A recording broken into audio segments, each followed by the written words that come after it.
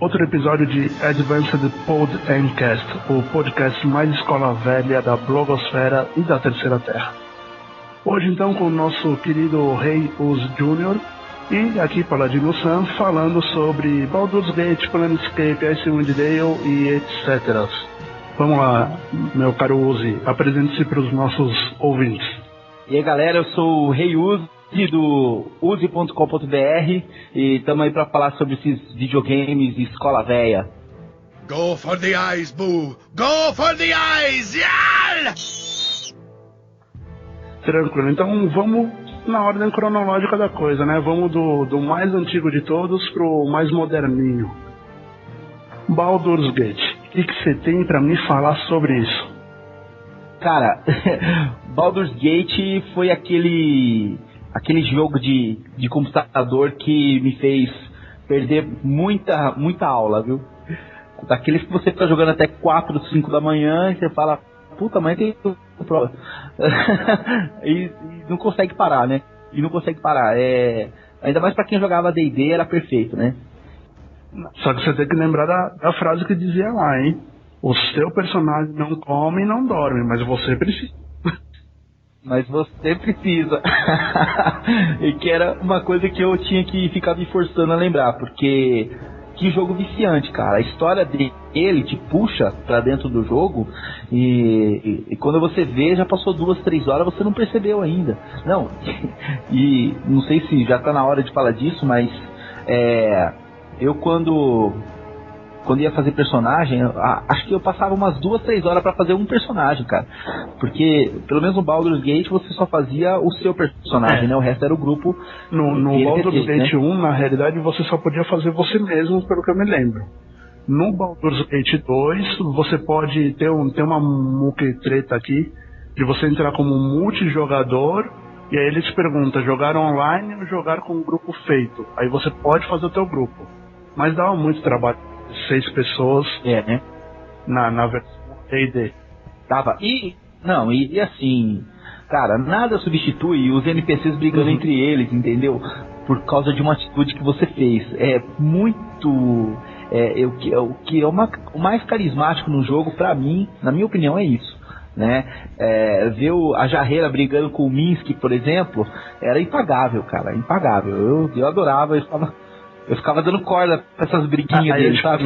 Uma atitude ou todas as atitudes? Porque os meus nunca pararam de brigar, cara. Era um negócio incrível. Tanto é que o que teve de gente que saiu do meu grupo era um atrás do outro a cada capítulo. Só o Minsky que continuou. Só o Minsky que tava junto. E eu entendo, assim, porque eu, por exemplo, eu fazia um grupo de acordo com a eficiência, com a eficácia deles, né? Não de acordo se eles se davam bem ou não. Então, na minha opinião, tinha a melhor clériga do grupo era aquela Droll, né? Ela era muito boa, né? Eu não tô lembrando o nome dela agora. O problema... Não lembro, mas o problema da Droll é que quando ela entrava no teu grupo, tua reputação abaixava uns 2, 3 pontos, assim, logo de cara, né? Pra você bem... Abaixava. Você tá associado a um vilão, né, cara? No ABD. Droll é feito pra ser morto. É verdade. E era briga direto.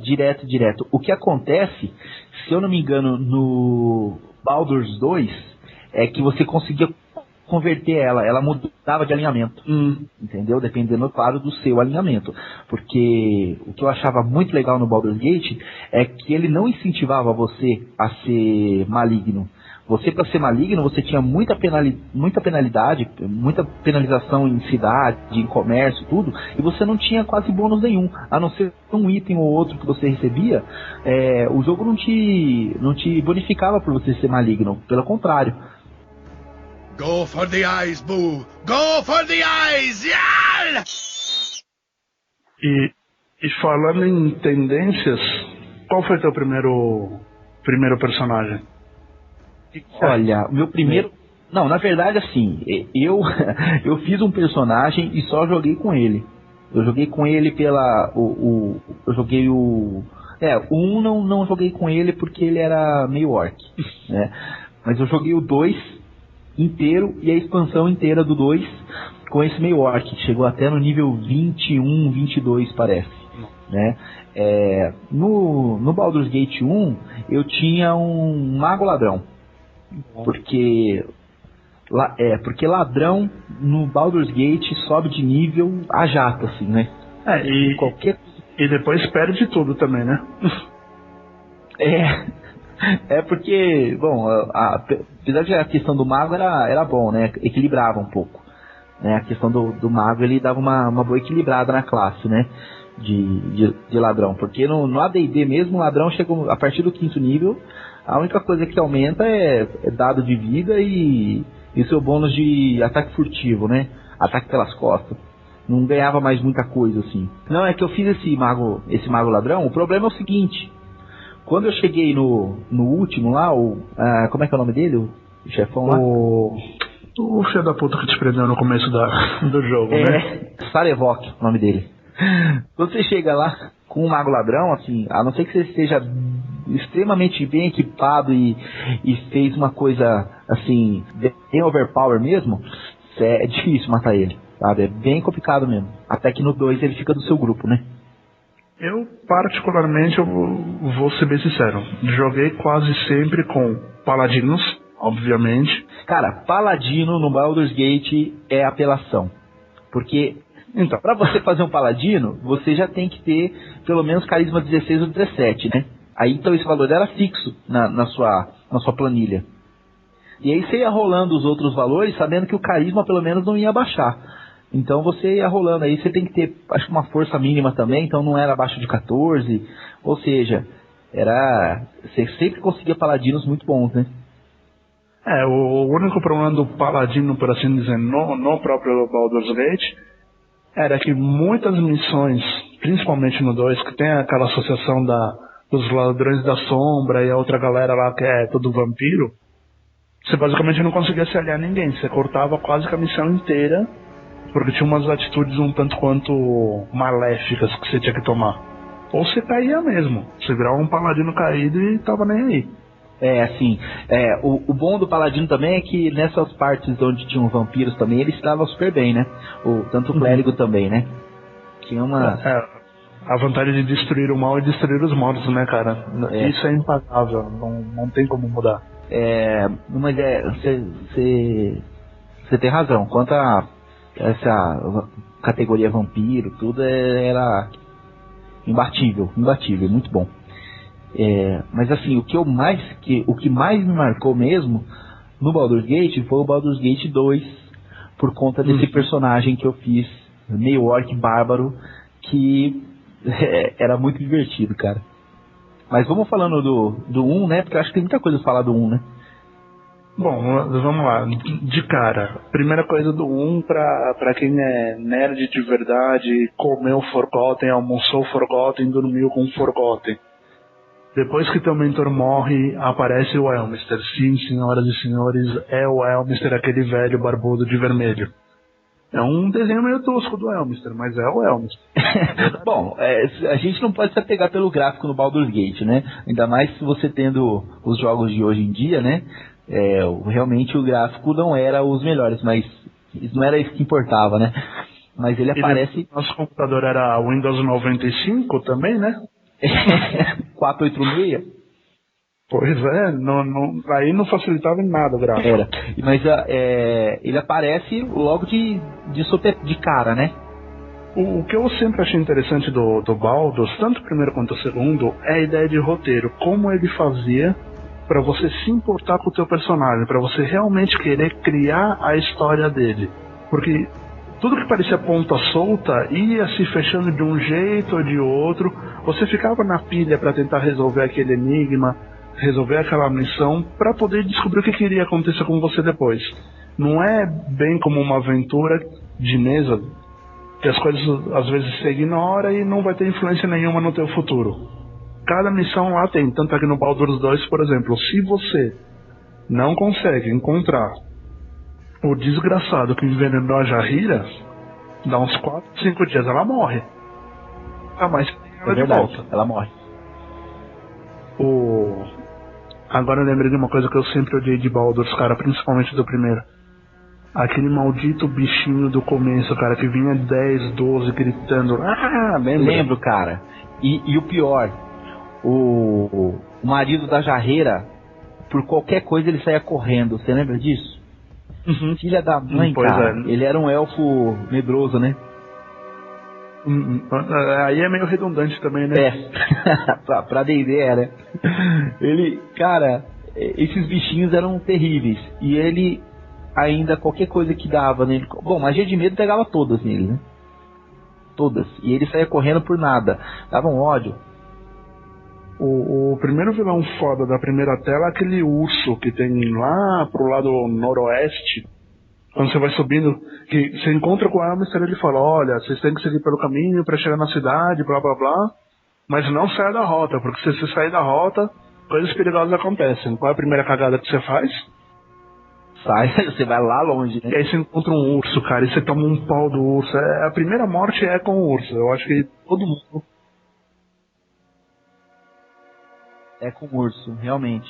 Você fala, isso aqui, não, o urso é tranquilo, né? Mas o quê?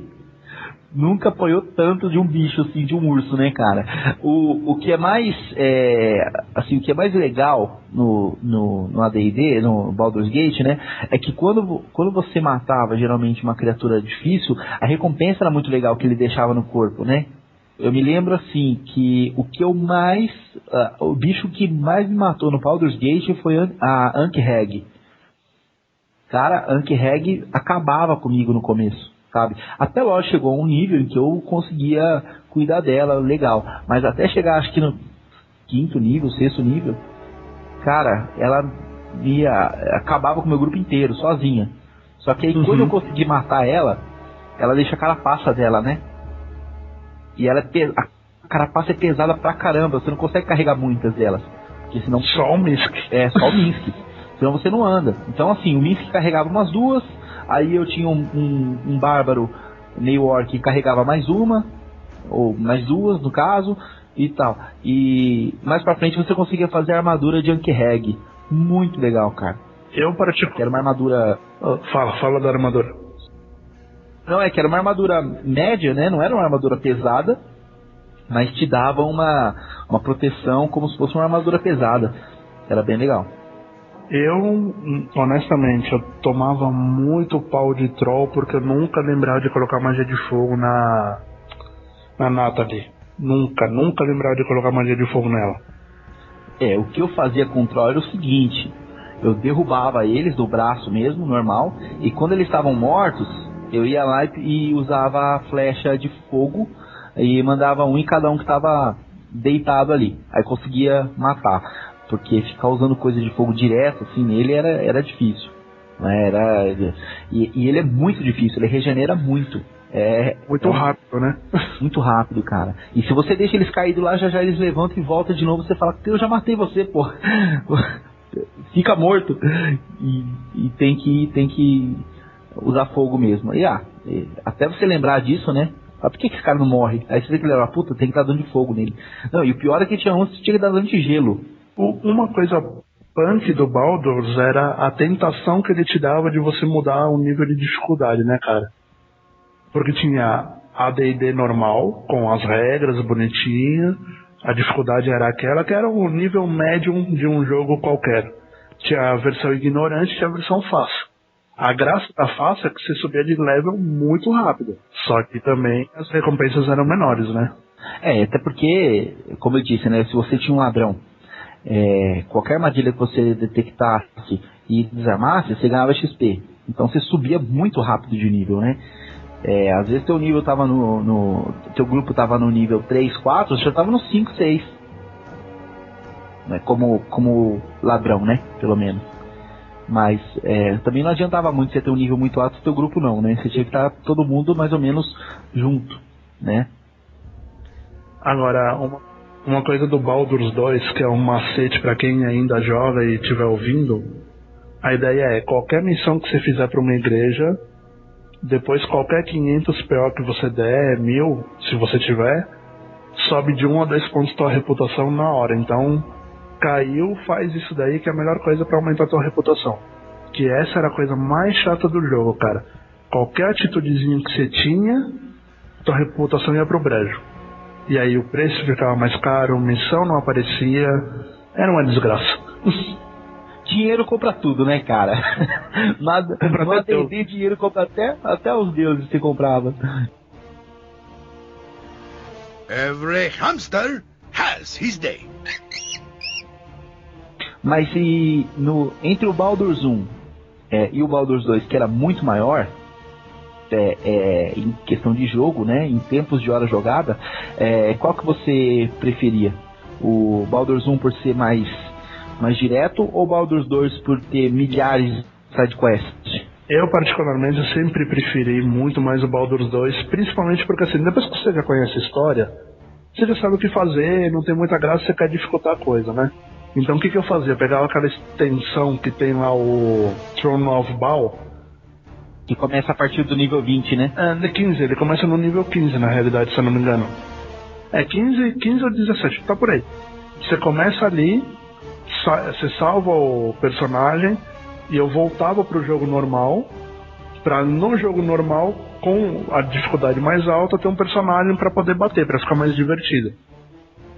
Só, entendi. Não, e a gente tem que falar aqui, eu acho que de Baldur's 1, as maiores dificuldades eram quando aparecia Mago Vermelho, que ali eles apareciam do nada, apareciam de galera, porque acho que pra caçar seus itens mágicos, não sei, que era muito difícil, né? E eu acho que depois disso, só mesmo o Sarevok, né? Que era assim, no nível do impossível, né? Seu meio-irmão maligno, filho de Baal. Exatamente. Então, assim, isso no Baldur's 1 que eu considero, né? Só que eu tenho que confessar pra você que eu não zerei o Baldur's 1, porque eu não consegui passar do Sarevok. Eu dei uma surrupiada porque já ouviu falar do Adventures of Balduran? Já, é o maior site de Baldur's Gate do Brasil, é o Adventures of Balduran. Avengers of Balduran, os Vingadores de Balduran, muito bom esse site. Quem não conhece Avengers of Balduran, só pra fazer um jabazinho na faixa pros caras, que eles são muito bons, www.balduran, com L, Balduran, BALDURAN.com.br, e eles começaram como sendo um blog um fórum de Baldur's Gate 1 e 2, e hoje em dia tem muito mais coisa, né? Tem Neverwinter Nights, tem Dragon Age, tem muita coisa, bacana mesmo. O bacana é o walkthrough deles, é muito bem feito, com mapa, com tudo, a especificação do que vai acontecer, e como a galera do próprio site recebe contribuições dos outros, você acaba tendo, por exemplo, eu joguei com um paladino, então em vez de vir tal objeto, vem um outro. Você tem uma variação, tem um saborzinho a mais. Porque, vamos ser bem sinceros, Baldur's Gate, se você não souber pra onde você tá indo, porque ninguém lê o journal, ninguém lê, não, é mentira falar que leu. É muita coisa, né? Porque é muita coisa. É muita missão. É muita missão. E no 2, essas missões, assim, em questão de side quest, eu acho que triplica. É muita coisa pra você fazer. E eu no 2 fazia questão de fazer tudo. Eu queria mesmo era explorar tudo mesmo. Tem gente que ia direto fazer as missões principais, né? Puta, agora que eu percebi que eu dei uma canelada, eu chamei a Emon de Natalie, cara. E a Natalie só aparece no Baldur's Gate 2. A Natalie era uma magazinha, não era?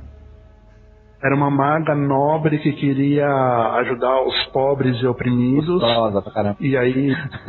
e aí o pai dela morre. Porque a Imoen, ela some logo no primeiro, né? Desculpa, ela some no começo do segundo. Ela faz a parada de soltar magia, né? Leva pra uma prisão de magos, né? Onde só tem magos presos. Que é uma missão foda. Da hora pra caramba. Você sai da prisão, onde você tá, que você tá sendo testado por um cara. Você sai, se eu não me engano, no centro da cidade onde você tá, na cidade de Em. E aí, ela solta uma magia, o cara solta uma magia, aparecem uns magos, que eu acho que eles gostaram do Baldur's 1 e colocaram magos fodões no Baldur's 2 também, que viram que não pode soltar magia. Soltou, tá na merda. Tá preso. Foda. E onde aparece aquele corno daquele traidor que você encontra na própria dungeon que você tá no começo. Yoshimo? Aham. Yoshimo, é foda o Yoshimo. Ele é um dos melhores ladrões e o filho da mãe te traz. Aí, cara, um traíra. spoiler, né? Spoiler pra todo mundo aí que for pegar o Yoshimo. Eu nunca coloquei. Depois da primeira vez que eu joguei, cara, eu não coloco mais ele no meu grupo, não. Eu fico sem destrancar. Você ficou de mal do jogo. A porcaria do armário, do baú, tanto faz. Não tem problema. Tomo dano, se for o caso, da armadilha. Mas não fico com traíra no jogo, cara. Não me irritou, cara. Eu fiquei tão puto naquele dia. Quando o cara... Eu dei pausa e levantei e não joguei mais. Não, mas é que nem hoje também eu fiquei puto porque aconteceu uma coisa. Aconteceu no passado, aconteceu agora de novo, eu nem me toquei que ia acontecer. Lembra daquela elfa dos céus? Eri, ela chama, né? Que ela perdeu as asas. Aquela que perdeu as asas. Quer dizer, perdeu não, né? Arrancaram. Ela vem com aquele papinho mole de quero ficar com você, bababá, bababá. Você pega, né? Claro. Fácil. Esperamos que você faça isso durante o jogo. Aí você volta pra descansar de novo, a filha da puta vem e fala que quer ir embora, cara. Eu fico puto com essas coisas. Ela vaza mesmo, jogo né? Né? Ou seja, você larga a sua vida social pelo Baldur's Gate e a vida social do Baldur's Gate te larga, cara. Ela te deixa sozinho. Eu tentei um romance com a... Eu não vou lembrar o nome, acho que é Vicônia o nome da Droll. Acho que é Vicônia. Eu tentei um romance com ela, porque você só consegue mudar o alinhamento dela se você tiver um romance com ela, né? Aí, não que ela fica boazinha, mas ela melhora um pouco. Né? Ela já não fica... É que você gostou da coisa mais selvagem, né? Eu já gosto daquela coisa mais dark. E é muito legal, porque quando você encontra a Vicônia no jogo, eu creio que você encontra ela no... Você encontra ela no 1 ou não? No 1 você encontra e no 2 você encontra ela prestes a ser queimada. Exatamente, ela vai ser queimada como bruxa, já tá ali os caras fazendo uma fogueira em cima dela e você vai lá e salva ela ou não, né? Porque no jogo tudo você pode fazer ou não. Né? O problema é que é aquilo, né? Você não faz, tua reputação vai pro brejo. Todo mundo começa a brigar com você, forma um monte... E aí se você faz e coloca lá no teu grupo, sua reputação vai pro brejo também. Porque ela é do mal. Mas é aquilo, né, cara? Mulher fode mesmo, não adianta. Mulher no grupo fode, mano. Ela te ferra de qualquer jeito. Make way, evil! I'm armed to the teeth and packing a hamster! Agora vamos falar aí dos personagens marcantes aí. Porque você falou do Yoshimo. Agora, tem um outro também que é um mago, que é... O Zar lá, né? O Zar. É isso que você tá falando? Que é um mago, ele é um mago vermelho, não é? Que você salva ele. Uhum. Você salva ele também, ele entra no seu grupo. Ele é maligno e também só dá briga, cara. Todo mundo briga com ele e ele não tá nem aí. É Xar o nome dele, se eu não me engano. É Xear. Pronuncie como você quiser. Zer, não lembro. Quer ver? Eu acho que dá até pra gente ter aqui, ó, um guia aqui no Balduran, porque eles colocam personagens e tal, né? Você consegue ter uma lista aí dos personagens, pelo menos. Salvo algum engano, se eu não me engano, esse Zar, você descobre que... Não era Edwin o nome dele? Não sei, agora você me pegou. Era. Calma aí. Mas continua. Se eu não me engano, esse Xar mesmo, ele que na realidade não é ele, é um doppelganger que você descobre durante o jogo, aí você mata o doppelganger e depois disso ele aparece só no Baldur's 2. Ah, entendi. Não, ó, o que eu tô falando é o Edwin mesmo. Ele é, aqui eu tô vendo no Balduran, ele é mau e ordeiro. Ele é um mago, pô, ele é muito bom, só que o que acontece? Como ele é mau, né? Vive dando treta entre os personagens, né? Agora, tem um que era muito bom, cara, que tinha uma espada mágica, acho que ele era bardo. Ele tinha uma espada mágica que não saía dele. Você tava a espada e era locada nele, né? Ficava trancada nele.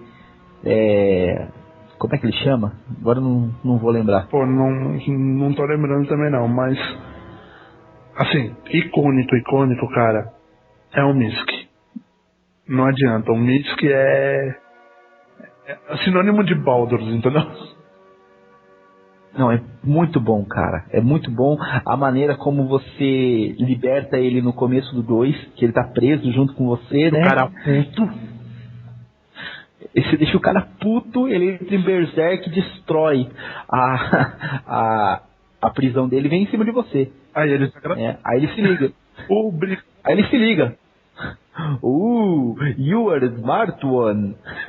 Ele fala. A única coisa que eu não gostava do Misk, que eu ficava muito puto, é que você perdia um slot do teu inventário por causa daquele maldito hamster. Que é o melhor também, porra. Que é o hamster dele, é um hamster espacial gigante em miniatura. Ou seja, ele tem o tamanho do hamster normal. E o legal do Minsc, tanto no primeiro, né, quanto no segundo, que ele vem desde o primeiro, é que ele se apega a duas coisas. Primeiro, ao Bull, né, que você não consegue tirar ele, e sempre que você clica no slot para tirar ele dá um guincho, né? Ele dá um guincho assim pra você não mexer com ele. E segundo é a bruxa dele, né, que é a Dinair, né? Dinair no segundo, ele só fica com você se a Dinair estiver junto. Se a Dinair sair... Não, desculpa, no primeiro. No primeiro ele só fica se a Dinair... E no segundo, ele meio que paga pau pra Elfinha do céu. Porque ele tem que ter uma bruxa, né? Ele tem que ter a bruxa dele, a cultura dele tem que ter. Ele é o guerreiro, ele tem que proteger uma bruxa. E aí a Elfinha do Céu é ele que ele elege a nova bruxa dele. Tanto é, né? que quando ela tá apanhando no jogo, tipo, ela tá o que na quarta edição do D&D chamaríamos de Blooded, ele entra em Berserk. Ele entra em Berserk e sai batendo em todo mundo. Sai batendo em todo mundo. Você não pode deixar acontecer alguma coisa. Se ela for morta, então o bicho fica louco, né? Mas ele é muito bom. Ele é muito bom porque... E uma coisa que as pessoas não sabem, né? Ou esquecem. Ele é um ranger. Ele não é um guerreiro, né? Não, ele é ranger. Ele não solta magia porque a inteligência dele é baixa e a sabedoria é mais baixa ainda, né? Então ele vai soltar magia lá pra frente, umazinha de nível 0 ou 1.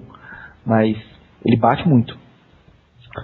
Eu, no caso, com o Misk, em nenhum dos dois, nem no Baldur's 1 nem no 2, eu consegui ter a coragem de tirar ele do grupo.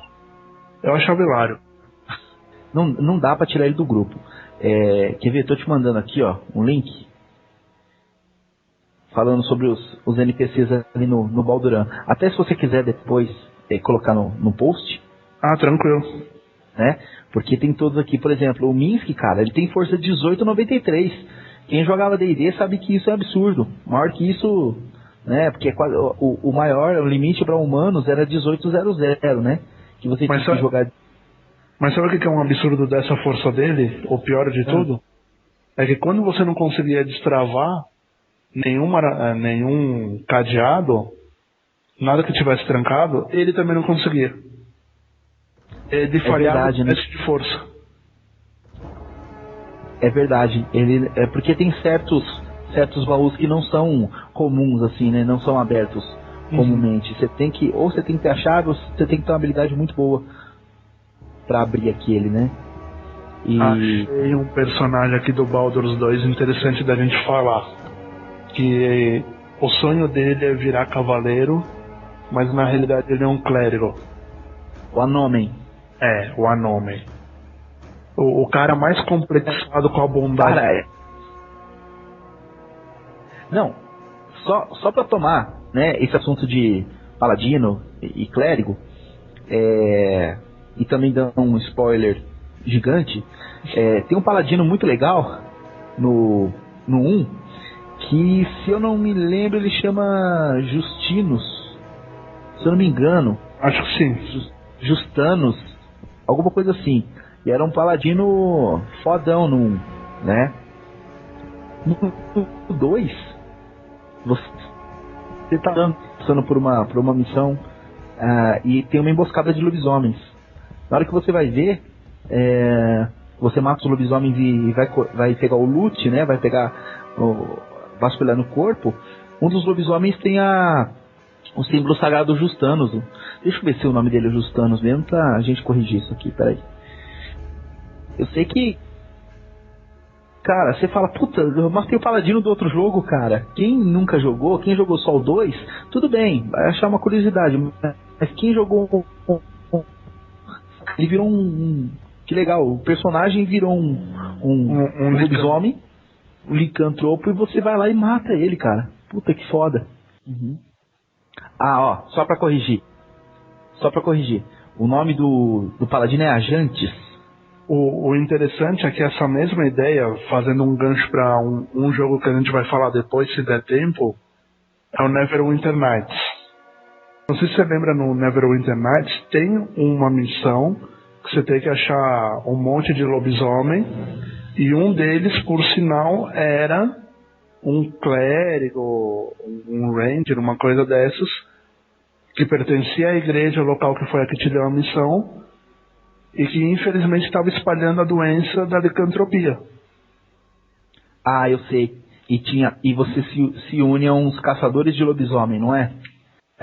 E aí você descobre que o cara que tá do lado dele, que tá vendendo as coisas, é que é o lobisomem do mal mesmo. Que é o lobisomem mesmo. Puta, é legal. A única coisa que eu não... No Neverwinter Nights é que era você e mais um henchman, né? Você e mais um mercenário, amigo seu ali, que você contratava e tal. Minsk will lead with blade and boot. Boo will take care of the details. Vamos ser bem sinceros, prós e contras agora, Baldur's versus Neverwinter. Eu achei a história do Neverwinter um pouco mais cativante no sentido épico da palavra. Porque você literalmente salva um mundo. Então, eu tenho uma decepção quanto ao Neverwinter, que acontece o seguinte, o meu Neverwinter, ele era assim, genérico, digamos assim, né? Uhum. Ele não era o originalzão. E quando eu cheguei, que eu acredito ser próximo ao final, eu tinha um ladino, ele era Ranger Ladino, né? Então ele tinha bastante, ele era um Droll Ranger que atirava com arco, e eu peguei uns níveis de Ladino. Então, só pra dar um dano a mais? Só pra dar um dano a mais, sempre que alguém flanqueava ele, sempre que alguém flanqueava com ele, né? Então eu conseguia dar bastante dano, tá? Eu ficava de longe ali. E o meu henchman preferido era o monge.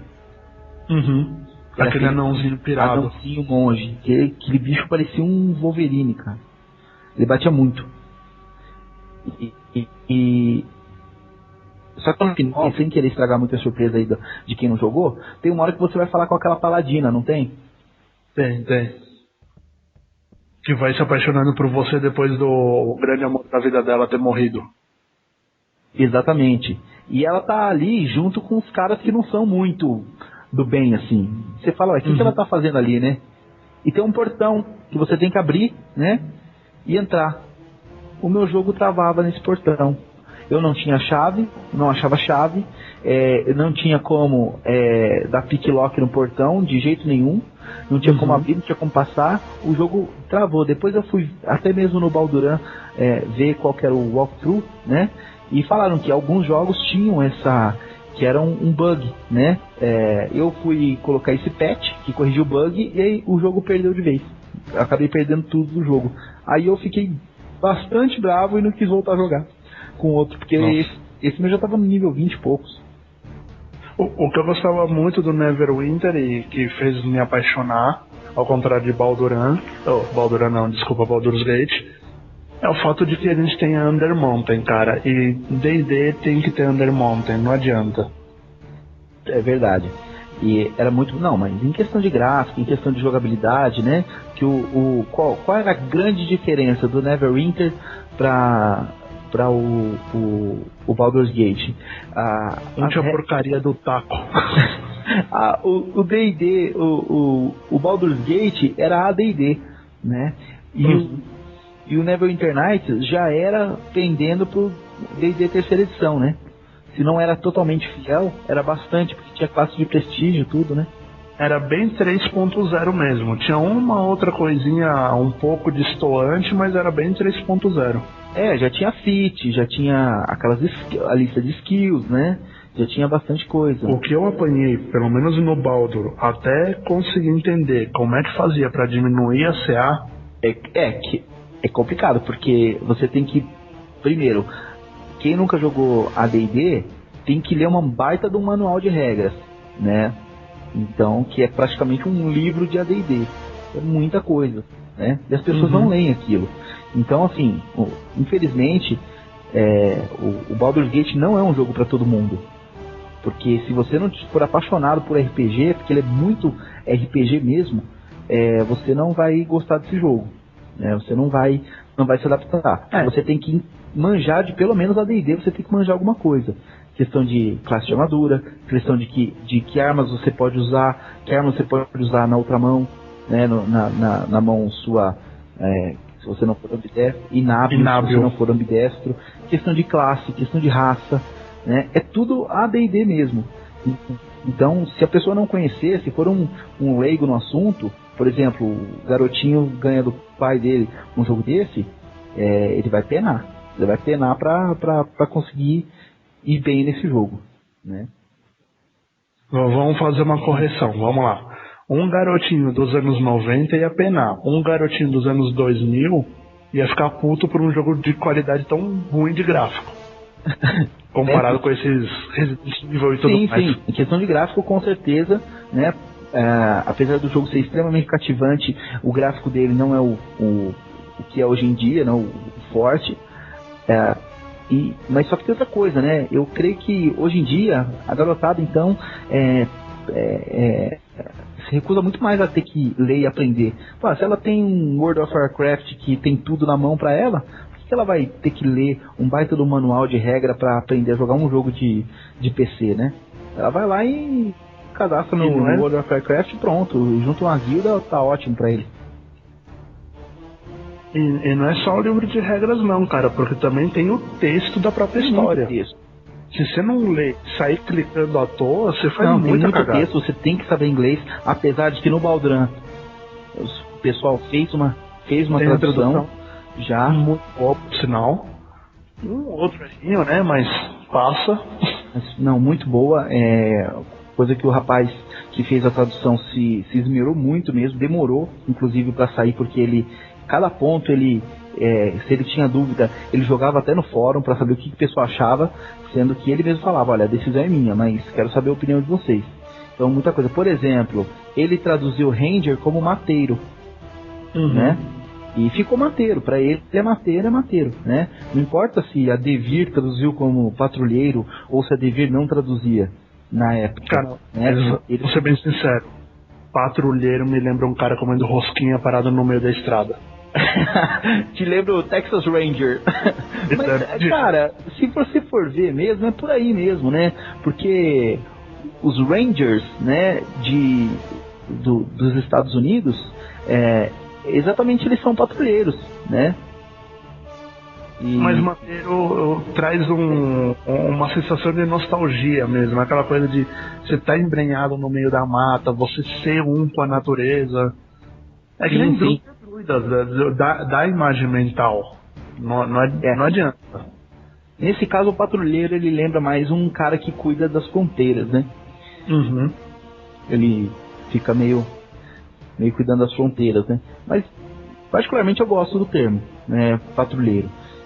Melhor do que não traduzir, né? Deixar o Ranger, que perde o sentido para muita gente que não conhece inglês, né? A gente vai lembrar do Power Ranger. Do Power Ranger, é verdade, né? E mateiro também eu gosto, não sou contra não. Acho legal. Dá um clima meio de bandeirantes, vamos dizer, sabe? Vamos desbravar. When the going gets tough, someone hold my rodent. Agora, só voltando aqui, porque porque eu lembro que a gente estava falando sobre os desafios do Baldur's 1, né? No Baldur's 2 tem certos inimigos, cara, que simplesmente se você não for preparado para aquela cena, para enfrentar aquele cara, você simplesmente não passa dele. Por exemplo, a vampira lá do cemitério, a líder da guilda.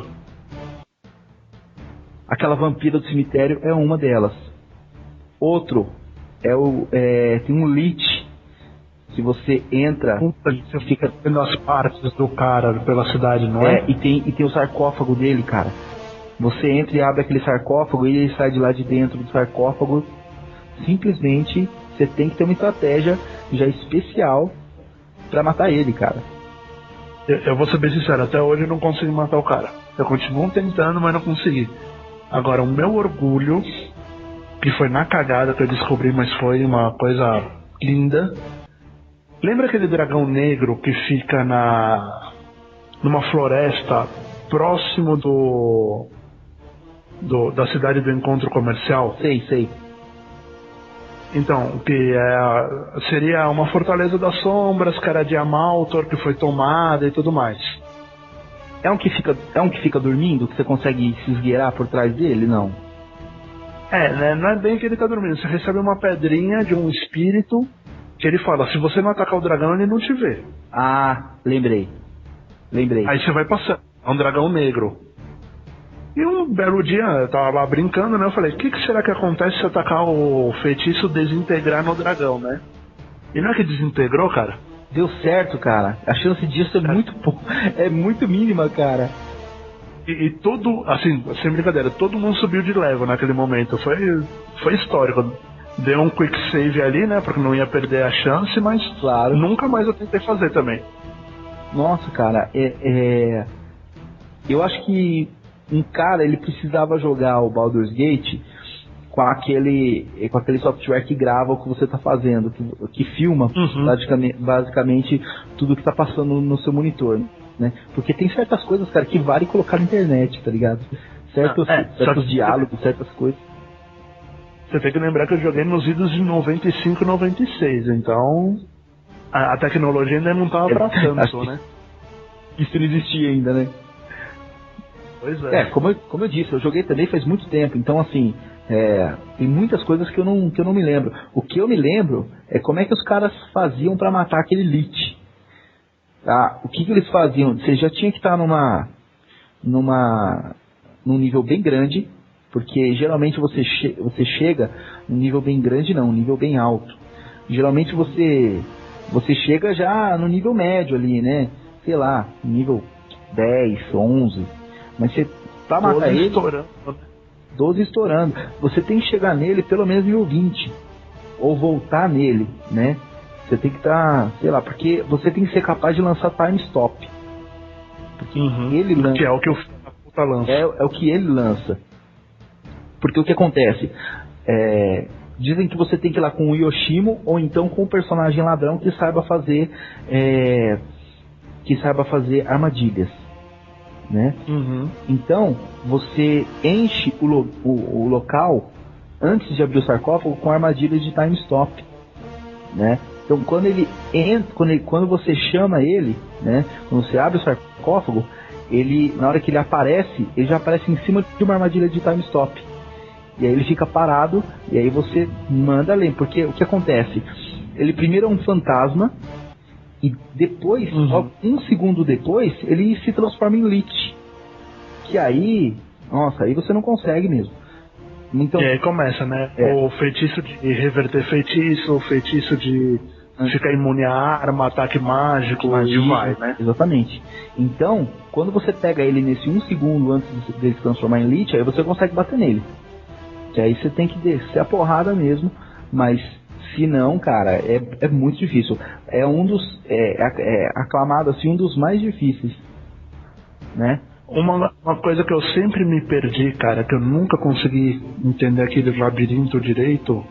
Lembra da Fortaleza do Topo do Vento? Acho que é esse que é o nome. Não, lá embaixo no mapa, que é o que vem na expansão. Sei.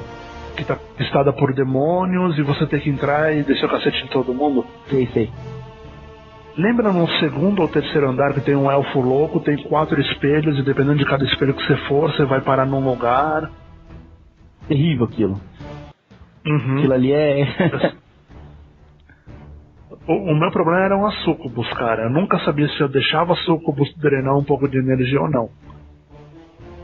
Sério? Aí eu deixava drenar, apanhava. Eu não deixava drenar, apanhava. De qualquer jeito, apanhava da sucubus.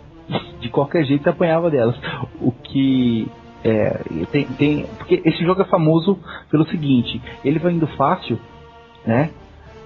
E do nada aparece um desafio impossível de você ganhar, a não ser que você esteja extremamente assim já preparado, sabendo que aquilo vai vir, né? Então a dica para todo mundo que estiver ouvindo aí e que já deve ser macaco velho nesse jogo de PC é o seguinte: salva o jogo, não para de salvar. Você, a cada 2 segundos de preferência. Você passou alguma coisa, aperta o Qzinho, o Q, a tecla Q, que é quick Save. Dá uma salvadinha, cara. Que qualquer coisa que você passa, passei matei esse Goblin aqui, tranquilo. Dá uma salvadinha, porque daqui a pouco vai vir o Hobgoblin armado com um monte de coisa, você fala, cara, eu não esperava por isso. Aí pra você, a chance de você morrer e ter que voltar lá atrás é muito grande. Um lugar muito legal do Baldur's 1 e complexo também, porque você tá num nível baixo ainda, é aquela fortaleza dos Gnolls, você lembra? Que é logo no comecinho que você tem que invadir e você não tem nível nem pra... não tem nível pra lutar. É muito foda aquilo ali. Baldur's é aquela... É diversão pra 2 tipos de pessoas. As que gostam de sofrer e as que gostam de desafio. Porque você tem que pensar em muita coisa antes de você entrar numa fortaleza, por exemplo, ou numa dungeon. Você tem que realmente estar preparado para entrar. Porque, às vezes você entra em certas dungeons ali que você já sabe que vai vir, por exemplo, o Mind Flayer, né? Mas aí você está enfrentando um Mind Flayer e você abre uma porta e tem um Beholder, cara. Você fala, eu não estava preparado para isso. O Beholder no Baldur's Gate 2 é que Beholder parece que é tiro recarregável, cara. É um atrás do outro. Ele fica lançando pra você ficar noiado e sair correndo pela dungeon, e vem outro do outro lado e te petrifica, e vem outro do outro lado e te explode. Naquela missãozinha que fica na área do templo, que você tem que descobrir o culto do olho que não vê. Nossa, é um beholder cego e tem um buraco. Você desce lá pra não sei aonde, né? Esse aí, cara, é muito punk. Porque, na realidade, o legal dessa aventura é que ela linka com uma outra que você tem que descobrir a metade da vara que vai ajudar a matar o beholder. Só que eu sempre matei o beholder na mão, nunca deu tempo de usar a vara. E quem tá com a metade da vara é um deus esquecido que tá sendo sacaneado pelos fiéis, que viraram imortais também, e que estão jogando ódio pro deus e criaram um demônio lá dentro. Puta! E o legal é que... não sei se você lembra desse demônio. Você entra num templo, né? Tem uns fiéis ali falando que não adianta nada, que eles não lembram o nome do deus, que o deus já morreu, que o deus não existe, que o deus é um filho da puta e tudo mais. Aí você entra no templo. Aí vem aquele demonião assim na tua direção, caminhando, né? E a frase do demônio dizendo assim: o ódio me alimenta, o ódio me alimenta. A primeira coisa que você faz, claro, como qualquer moleque meio na pilha de bater em alguma coisa, você desce o cacete no demônio. Você ataca. Só que o demônio... claro, só que o demônio, quando ele chega perto de você, ele tá perto da morte. E quanto mais você bate nele, mais forte fica. Pra matar o desgraçado, você tem que jogar um heal nele, uma cura nele. E até perceber isso daí? Até perceber isso aí, você já foi vários saves. Já deu load muitas vezes. This behavior must not continue.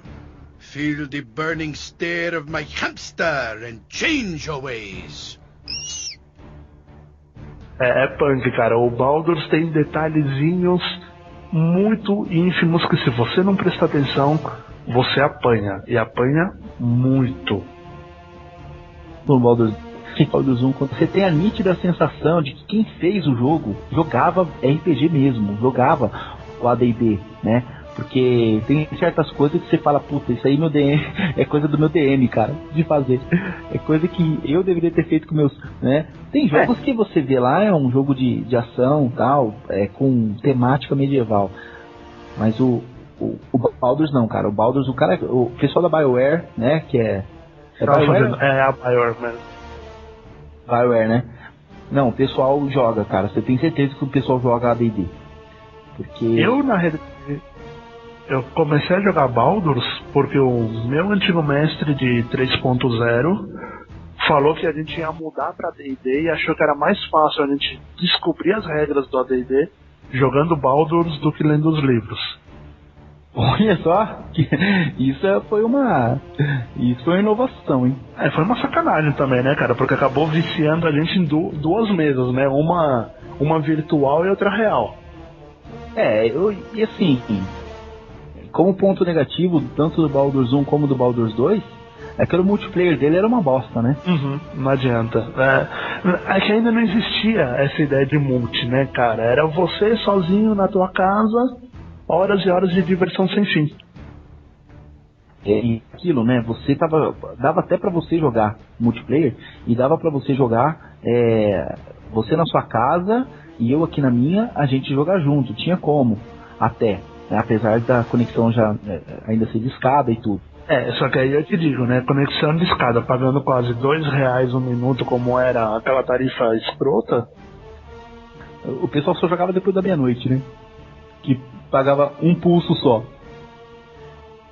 E quando combinava, quando dava certo, você juntava em 3 no máximo. Só que aí você tava lá no meio da ação, um dos caras ia lá e pausava o jogo.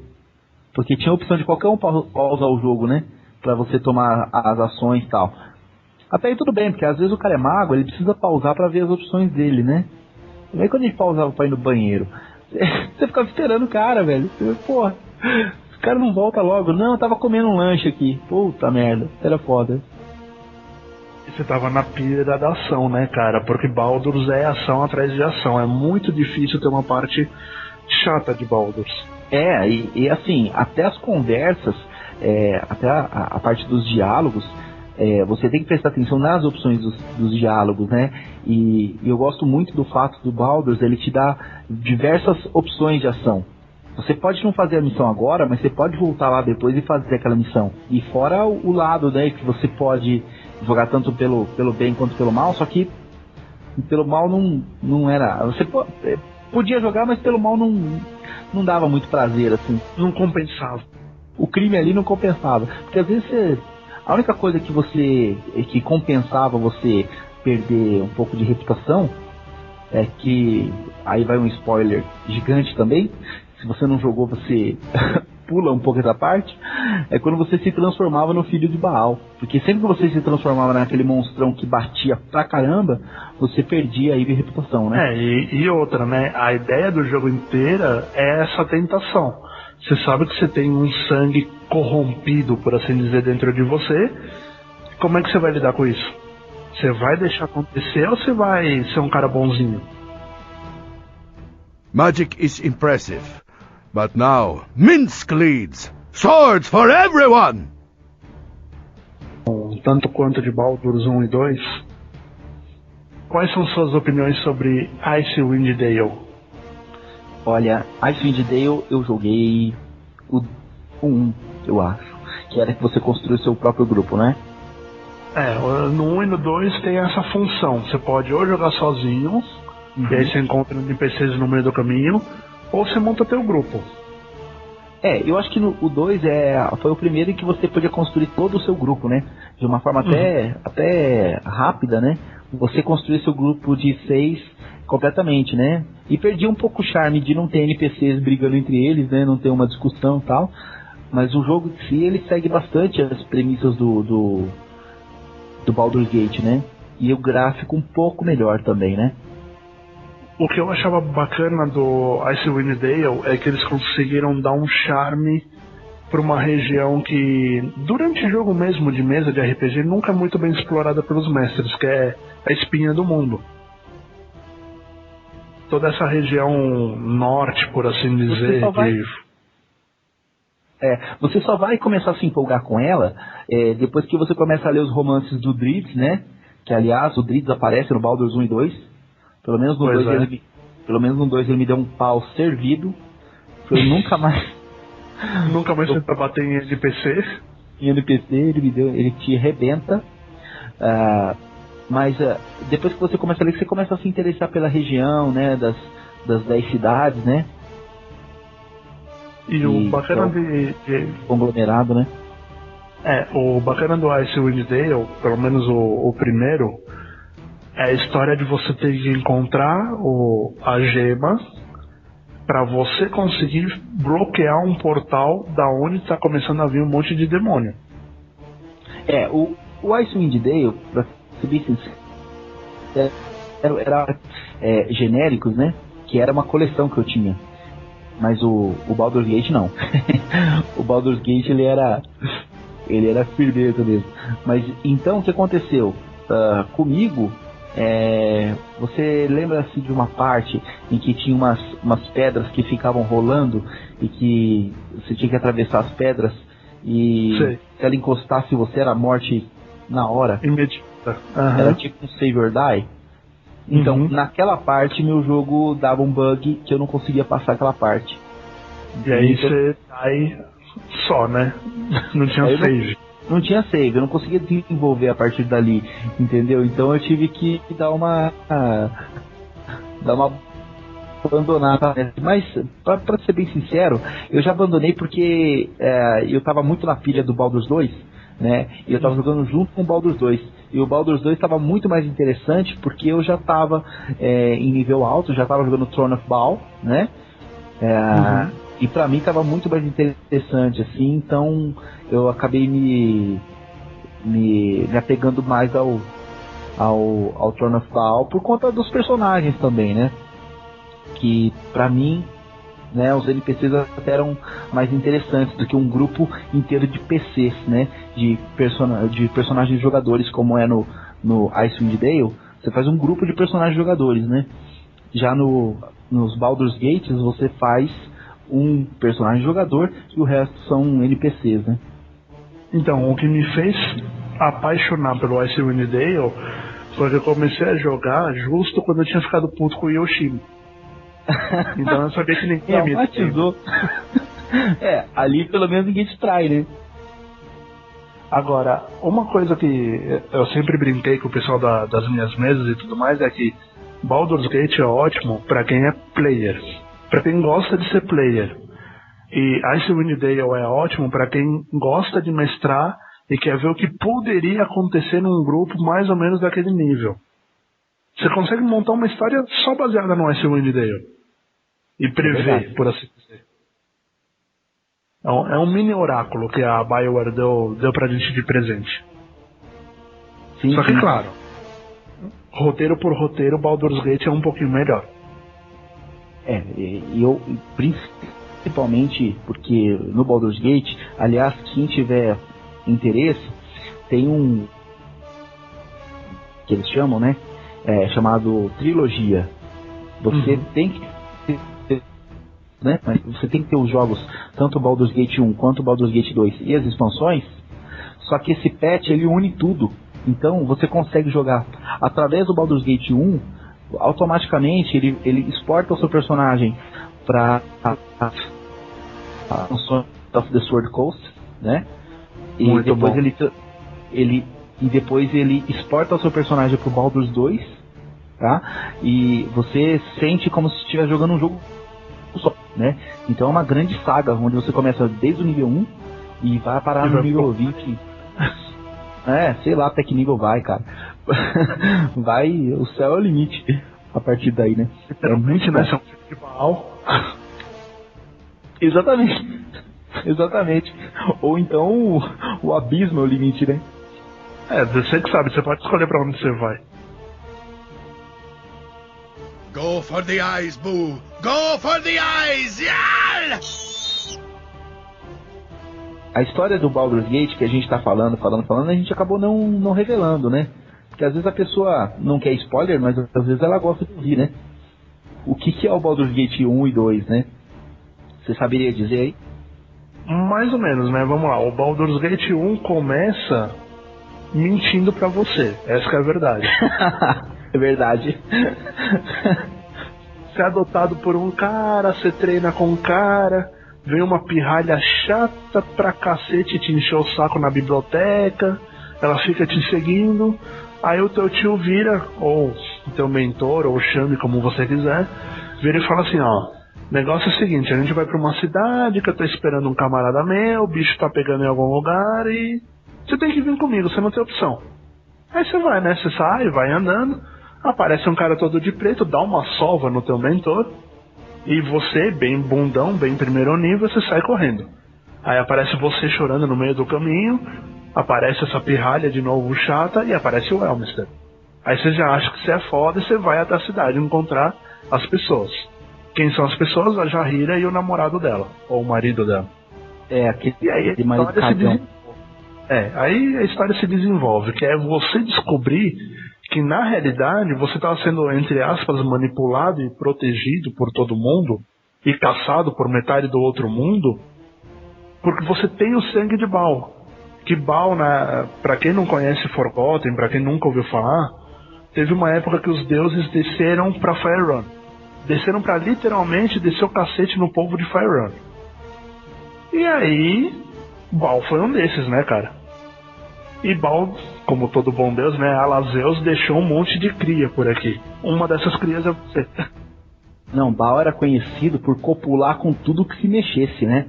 Pois porque é. você, ao longo do 2, pelo menos, só um parêntese aí, você encontra diversos adversários que todos têm o sangue de Baal, né? E os adversários mais bizarros possíveis, né? Só que, cara, como é que ele copulou com esse negócio? O cara copula com tudo, né? Até porque, como parte disso, né? Você provavelmente, eu não sei com que personagem você jogava, mas eu jogava com meio orc. Então provavelmente Baal copulou com um orc, ou com outra meio orc, sei lá. Ou era humano paladino básico, ou era não paladino, que são os dois clássicos dos clássicos, ou pra sacanear Ranger Elfo. Por todos os bônus que você tem, o escambau, né? Por ser Ranger e Elfo. Mas aí a cagada é que a primeira besteira que você fazia, tua reputação ia pro brejo, você não subia mais o nível de Ranger. É verdade. Ele era bem old school nessa parte, né, cara? Já que o podcast é sobre coisas old school, você tem um clima muito old school no Baldur's Gate em questão de perder nível, perdia mesmo, um monte de nível, ressuscitar, choro. Chegava no verbo e morria. Pra você conseguir uma restauração, nossa, era terrível. Perder atributo, então, era a coisa mais comum do mundo, né? Perder força, perder... Mas aí é que tá, tinha muito monstro overpower que te aniquilava. Uma múmia, 3 patadinhas que a múmia te desse, porque não sei se você lembra, as múmias elas davam bicuda no Baldur's. Elas não vinham. É verdade, elas te davam um chute, cara. Eu não sei como elas drenavam a habilidade pelo pé, mas elas davam uma bicuda. Então, chegava na bicuda, teu nível já descia do 5 pro 4, do 4 pro 3, morreu, cara. Não, um abraço, não sobrevivia. Era difícil, você não podia deixar ela chegar perto, cara. Eu acho que era monge barra múmia, cara, deve ser isso. Só pode ser, né? Alguns níveis de monge aí, só não dava voadora. Pois porque o gráfico não deixava. Não permitia, né? E a história do 2, você descobre que você é filho de Baal, né? É aquela coisa, né? Você descobre o que todo mundo já sabia, menos você. Menos você. Você é o último a saber sempre, né? Aí você descobre e você tem que literalmente decidir de que lado você vai ficar. Se você vai ficar do lado do mal ou do lado do bem. É um jogo literalmente de descoberta, então você acaba se identificando um pouco com o personagem. Principalmente se você joga quando você é meio molecão, você tá com a cabeça pirada, você não sabe quem você é, pra onde você vai, o que você faz da vida. O que acontece? O personagem no Baldur's, ele é feito pra você gostar dele. Até os que você detesta, no caso o Yoshimo, você começa a querer detestar o cara. Você gosta de odiar o cara. É incrível. É capaz de você pegar ele novamente, né? Mas escuta, não tem uma forma de fazer ele não te trair? Não, porque ele tá parceiro do mago lá. E ele até meio que solta aquela frase de desculpa, não tinha jeito, sabe como é que é, eu tô devendo minha alma pro cara, blá blá blá. Mas não adianta, traíra é traíra, tem que morrer. Mesmo. Tem que morrer. Tanto é que... Aí você chega o aço nele, né? O bacana é que tem um bugzinho até que interessante, que é se você largar o Yoshimo, toda hora que você passa perto dele, ele fica todo ansioso, né? Volta comigo, vamos lá, vamos se aventurar, vamos não sei o quê. E se você não sabe, porque o legal do Baldur's 2 é que você tem essa opção de ir trocando personagem um atrás do outro, né? Você vai dando aquela rotação nos personagens. Porque tem personagem que te enjoa, não adianta. O Yoshima é o que fala com mais vontade pra voltar pro teu grupo, cara. Só porque ele é um traíra. Só por isso que ele tem vontade de voltar pro grupo. Mas não... É verdade. Tadinho, eu tô fazendo a caveira dele. E assim, se você não tem um ladrão no grupo, infelizmente, cara, ele é o melhor ladrão. Não, ele é. É o melhor ladino, né? Ele é uma bosta como um ladino, mas tudo bem, não adianta, cara.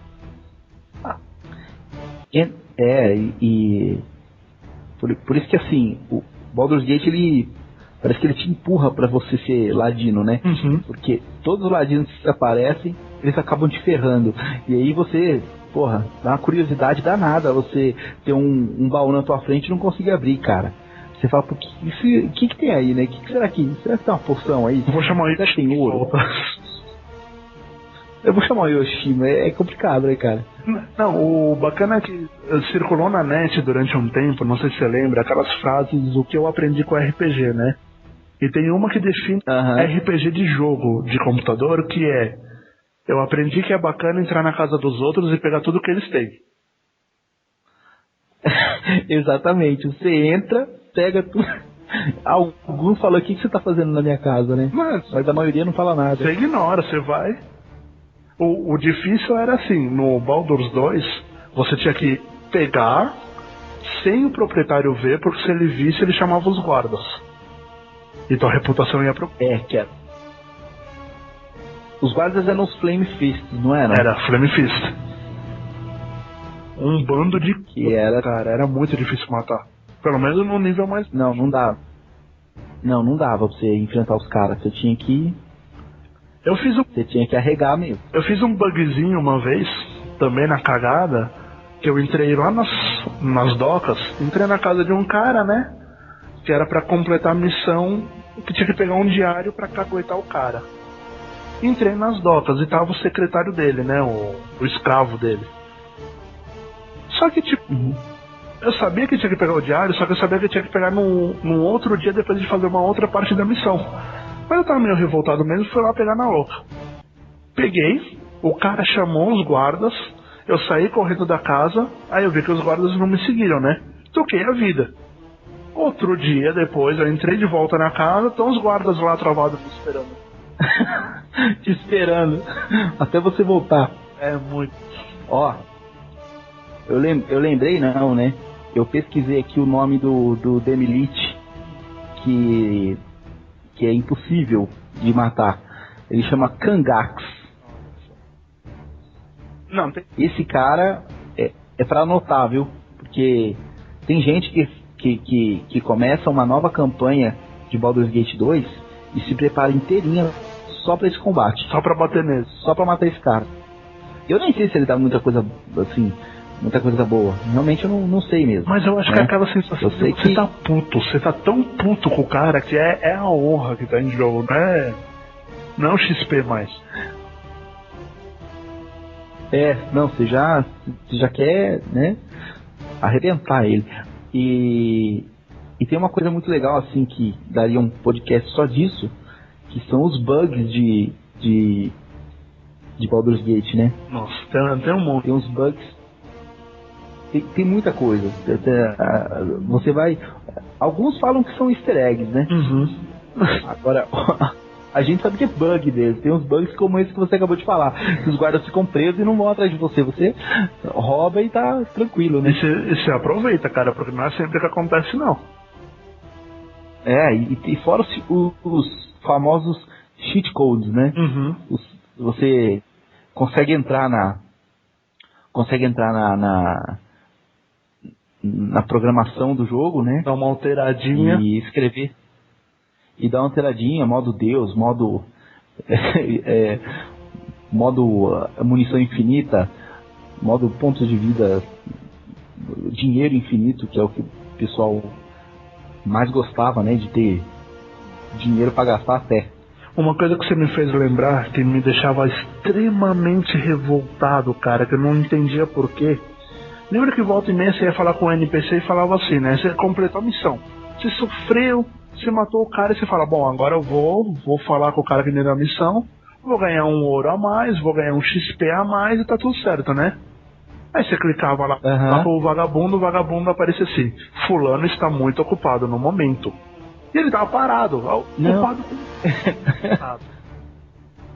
Exatamente, isso quando você não clicava nele, ele te dava a missão de novo. Você fala, já fiz isso, cara. Aí ele vai lá e te dava a missão de novo. Fala, meu Deus do céu. E você não conseguia terminar a missão, né? Entregar a missão porque era o famoso bug, né? Alguns personagens tinham bug, né? Fora outros, né? Que quando você ia dar steal, né? Você ia roubar um lojista, por exemplo. Na hora que você pegava uns itens assim incríveis, né, cara? Cara, esse cara não tinha na loja dele, como é que ele tem esse item, né? Uma espada fodaça, mas não tinha pra vender, como é que ele tava guardando com ele, cara? Tava na Aí bainha. o pessoal fala, não, é easter egg. Tava na bainha, você pegou a espada flamejante dele e ele não tinha. Era muito bom, né? Eu também não lia muito, mas era bom ler, que são as histórias das armas que você pegava. Tem muita história engraçada, tem muita história legal. Tem aquela espada, não sei se você lembra, que se você coloca no teu personagem, ela é uma espada mágica, e ela começa a falar, e ela começa a gritar, ui, isso deve doer, cuidado porque eu mordo como uma mordida, e outras frases assim meio que memoráveis dela. Era uma espada inteligente, né? Ela não era meio do mal, essa espada? Ela era meio burra na realidade, mas... Eu lembro que tinha uma espada amaldiçoada, que você não conseguia tirar ela e ela falava. Né? E aquele cinto, que você colocava o cinto e mudava de sexo, pra sempre. Você colocava o cinto... Eu coloquei ele na nata de sem querer. Eu nem tinha um que era... Você mudava de sexo e não tinha como, mudava de sexo e acabou. Né? Eu dei muito load game por causa dessa porra aí. Eu tava meio orcona assim, ó, gigante. Não, muito bom. É que tem horas que você não tem o feitiço de identificar e você arrisca, né? Você coloca o item no teu corpo pra ver o que ele faz. Porque tem um meio bugzinho. Se você coloca, você descobre o que ele faz. É como se identificasse na hora. Eu acho que isso até pode ser explicado, né? Você testou o item, né? Aquela coisa de você testar, né? Eu testei aqui, como no próprio D&D Old School mesmo, né? A forma mais fácil de você identificar uma poção é bebendo ela, né? Você identifica ela na hora. Se for um veneno, infelizmente, você só identifica uma vez, né? Porque você morre. Falando em veneno, você me fez lembrar de como era o gráfico de quando você estava envenenado. Seu personagem ficava com um chilique e parecia que ele estava se batendo. Você lembra disso daí? Ele ficava dando umas tremidas, né? Aí aparecia, por exemplo, se foi veneno de aranha. Aranha causou 1 de dano em Misk. Aranha causou 1 de dano em Misk. E a porra da aranha já tinha morrido. Butt kicking for goodness! Estava falando sobre os personagens tal, e a história, né? Até é legal lembrar, assim, que como ele utiliza muito do cenário, né? Assim, que realmente é uma aula de Forgotten Realms, né? A Jarreira, ela é uma arpista, né, cara? Que é uma das organizações mais épicas, assim, né? Uhum. Mais punks, né? Sim. Tanto é que o Minster é um arpista, né? E ela é uma arpista e tem missões em que ela Parece que ela vai ser expulsa, né, dos arpistas, e você tem que limpar o nome dela, né? No 2 também, aquele Zar lá que eu te falei, ele te conta que o Montaron foi preso pelos arpistas. O Montaron era meio que o Robin do Zar. Ele era um anão guerreiro, se eu não me engano, que andava grudado com ele. E ele estava sendo torturado pelos arpistas lá nas docas do Baldur's 2. O problema é que, assim, se dava aquela travada que eu te falei do personagem estar ocupado, você nunca mais conseguia entrar naquele lugar. Porque tinha um carinha na porta. Eu acho, se eu não me engano, esse Montaron, ele era maligno também, não era? Era, ele também era. No 1 ele era meio porra louca, assim, de ficar brigando com todo mundo, querer ver o oco mesmo. Ah não, né, cara? Não é... E no 2 ele era... No 2 ele tá sendo torturado pelos arpistas. Você tem a opção de resgatar ou não, né? Pra variar. Agora a minha pergunta pra você é: você deixou a Jarina morrer naquela cena do envenenamento? Onde o cara pega uma trança do cabelo dela? Fez uma cumba com ela. Não, eu fui atrás pra não deixar ela morrer não, cara.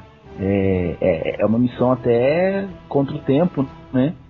É bem legal, mas eu não deixei ela morrer não, porque ela é muito boa, ela é druida, né? Ela é um dos poucos druidas bons do jogo, né? Um que vale a pena jogar. Ela é druida e ela bate legal, ela usa lança, né? Ela bate bem. E quando ela começa a se transformar nos animais, aí sim que ela mostra mesmo. Aí ela vira bicho, né? Ela fica o bicho, velho. Literalmente. Mas é muito bom. Eu fui atrás pra pegar assim, pra salvar. E também eu tentei fazer a história completa da Aerie, que é aquela elfinha que é elfalada, né? Das asas. E que aí você encontra o circo de onde ela veio, né? Eu tô ligado. Tem uma hora que você encontra o circo de onde ela veio e o dono do circo era o pai adotivo dela, e dá uma briga legal, assim. Não é uma briga de porradaria, mas é uma discussão legal. É legal porque... roleplay, exatamente. O que é legal do Baldur's, né, dos dois, é isso.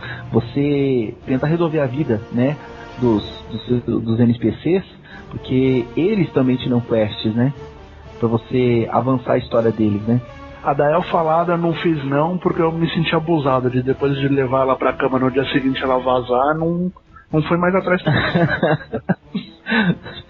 Ela que fosse atrás de você, né. Isso aí, cara, eu fiquei puto. Eu acho que é por isso que você gosta de drone, né, cara? Eu fiz... Não, mas eu só fiz um drone no Neverwinter Nights porque você não podia fazer no Baldur's 1 e no Baldur's 2. Aí como você tinha essa opção, eu falei, vamos lá, vamos fazer, né? Vamos fazer pra ver se é legal. E no Neverwinter você não tinha penalidade, né? Por ser de determinada raça, né? Assim, não tinha aquele preconceito.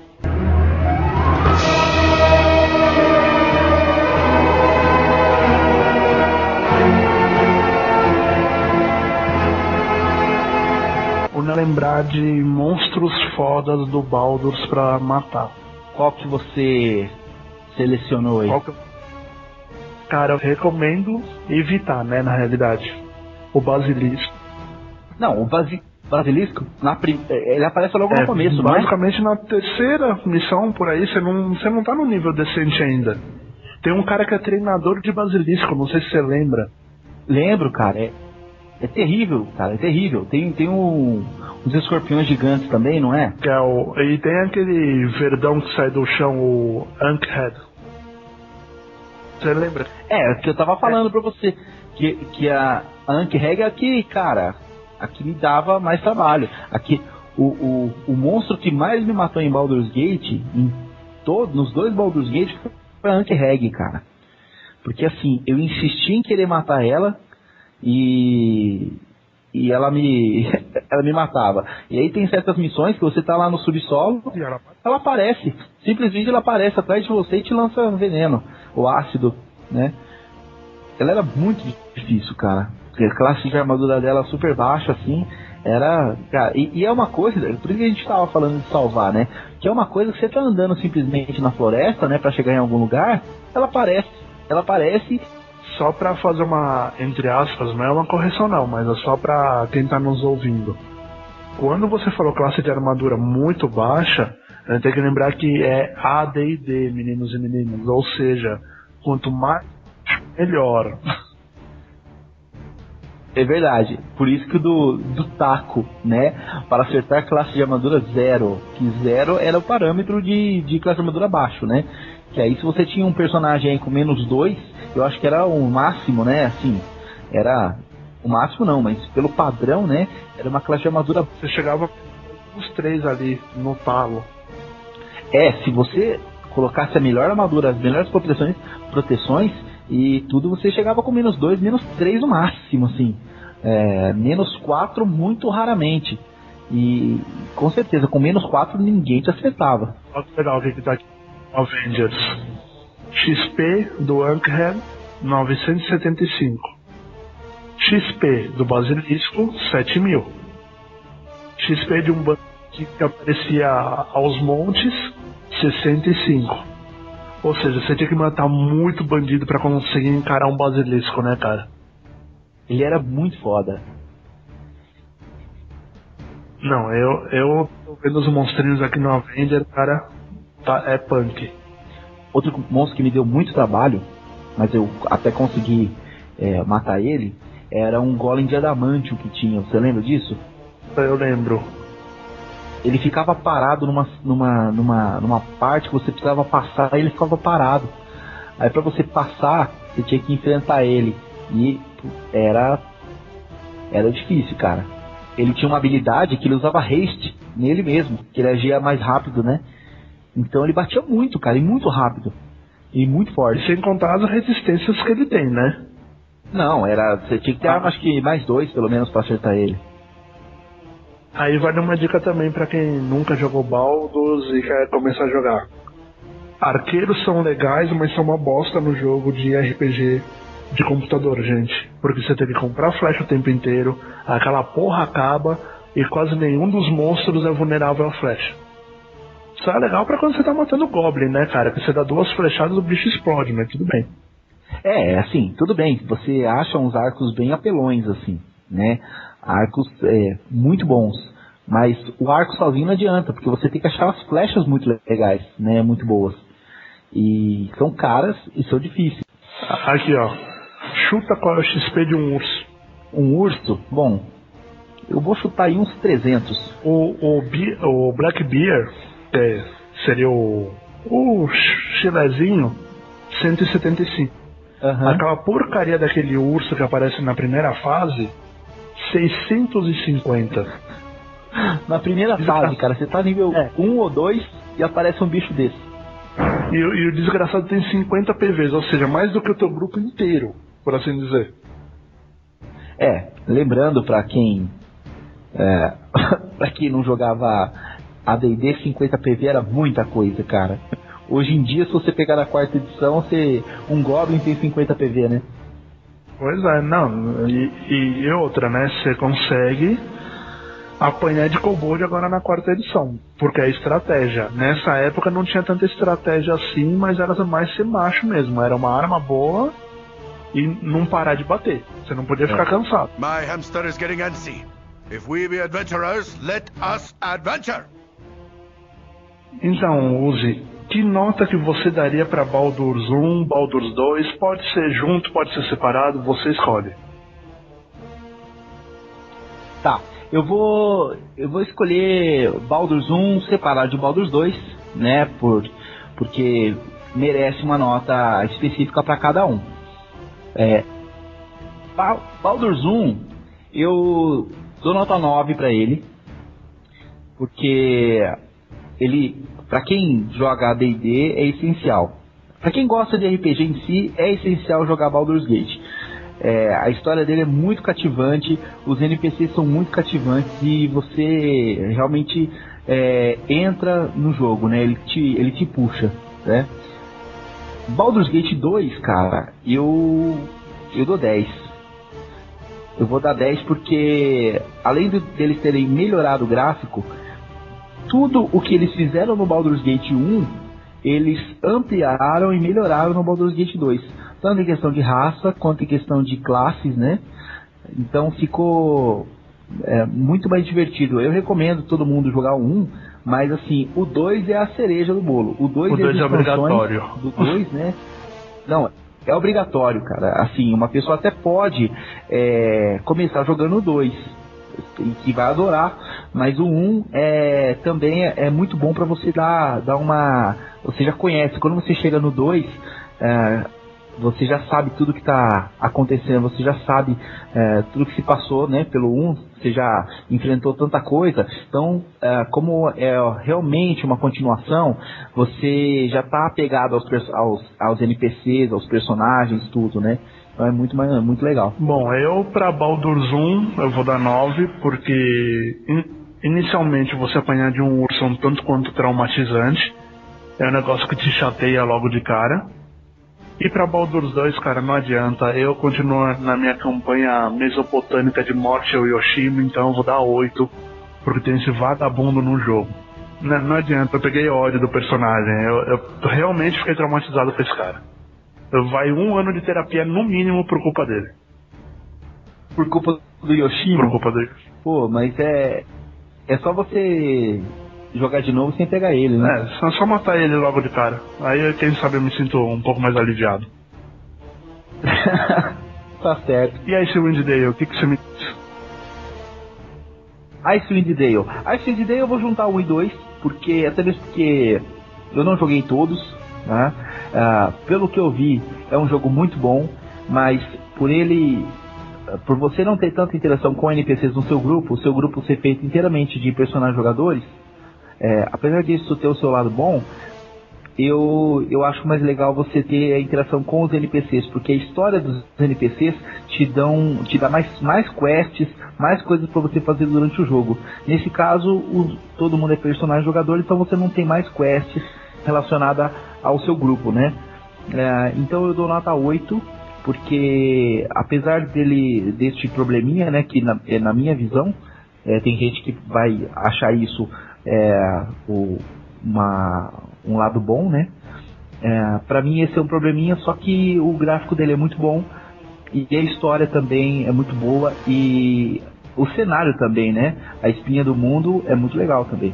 Eu vou de 9 para Icewind Dale pelo fato de ser uma região de Forgotten que nunca é muito bem explorada, nem romance nem nada, tirando o Dritz, que mais você sabe sobre a espinha, né? Basicamente nada, não tem ninguém ali que vale muito a pena de ser explorado, e o Icewind Dale conseguiu apaixonar, cativar sobre esse lugar.